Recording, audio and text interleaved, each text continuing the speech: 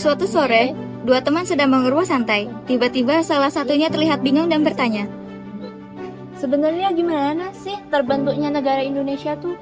Kamu kepo banget ya? Daripada aku jelasin panjang lebar sama kamu, kita simak video ini. Karena di video ini, kita akan menjelaskan bagaimana awal terbentuknya negara Indonesia dengan ringkas dan pastinya seru. Simak ya. Indonesia adalah negara yang besar, yang memiliki ribuan pulau, ratusan suku bangsa, dan kekayaan alam yang sangat melimpah.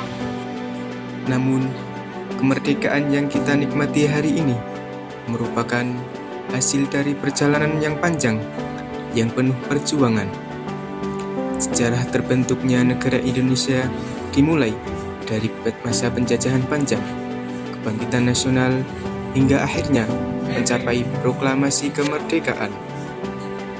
Perjalanan ini penuh pengorbanan dari pahlawan yang mempertaruhkan hidupnya demi bangsa. Sejak abad ke-16, bangsa asing mulai memasuki Nusantara.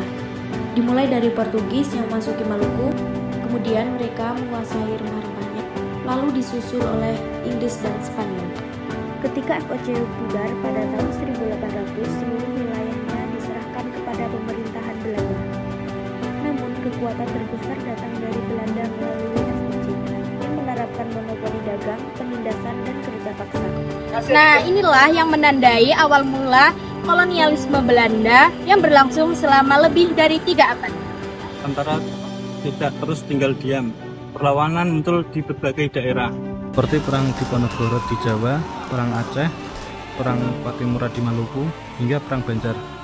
Meskipun sebagian besar perlawanan itu belum berhasil, perjuangan para pahlawan menunjukkan bahwa semangat melawan penjajah tidak pernah padam. Lawan pada masa itu masih bersifat kedaerahan dan belum terkoordinasi secara nasional. Memasuki abad ke-20, pola perjuangan mulai berubah.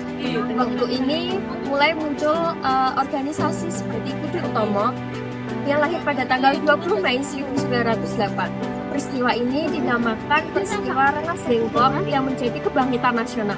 Kemudian muncul organisasi lain seperti Serikat Islam, Industri Partis, Muhammadiyah, Perhimpunan Indonesia, dan lain-lain yang menyebarkan pemikiran persatuan. Kemudian lahirlah Sumpah Pemuda yang diperingati pada tanggal 28 Oktober 1928. Dan ini secuil sejarah terjadinya Sumpah Pemuda.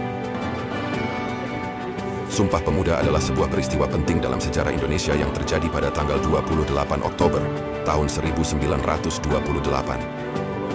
Peristiwa ini merupakan momen penting dalam perjuangan untuk menyatukan berbagai kelompok pemuda dari berbagai suku dan etnis di Indonesia dalam satu wadah pergerakan nasional. Peristiwa Sumpah Pemuda ini sekaligus menandai tekad dan semangat para pemuda untuk memperjuangkan kemerdekaan dari penjajahan Belanda.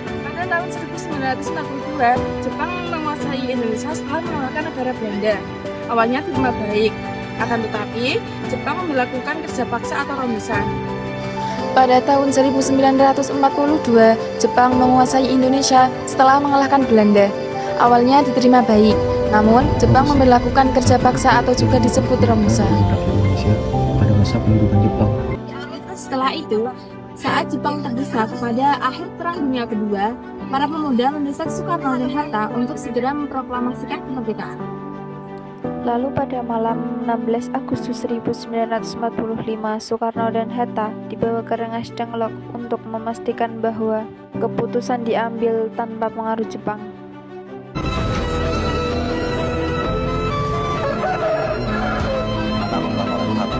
Satu hal yang penting, radio telah mengatakan Kaisar Hirohito menyerahkan kekuasaannya kepada Tarzan. Nippon sudah habis.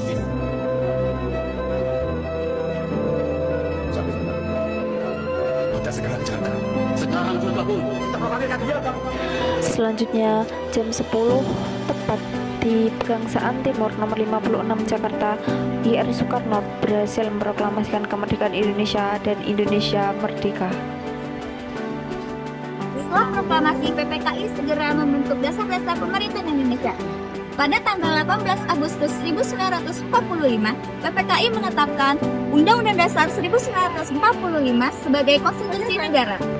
Soekarno dipilih sebagai presiden dan Muhammad Hatta sebagai wakil presiden. bahwa saya sekuat tenaga akan menunjukkan kesejahteraan Republik Indonesia Serikat dan bahwa saya akan melindungi dan mempertahankan kebebasan dan hak-hak umum dan khusus sekalian penduduk negara dengan setia akan memenuhi segala kewajiban yang ditanggungan kepada saya oleh jabatan Presiden Republik Indonesia Serikat sebagai sepantasnya sebagai kepala negara yang baik. Selain itu, PPKI membentuk Kementerian Pertamanan serta pemerintahan daerah sebagai langkah awal menjalankan negara merdeka. Kemerdekaan Indonesia tidak serta-merta diakui oleh bangsa Belanda, sehingga bangsa Belanda datang kembali bersama negeri untuk menjajah Indonesia kembali.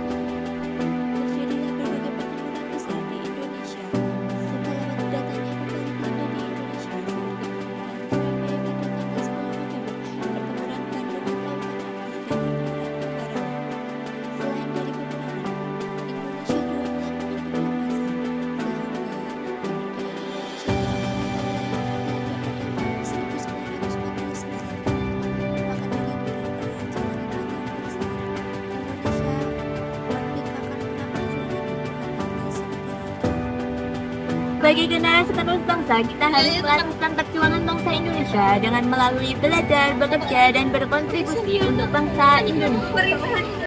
Sekian dari kelompok kami, terima kasih telah menonton videonya. See you next time.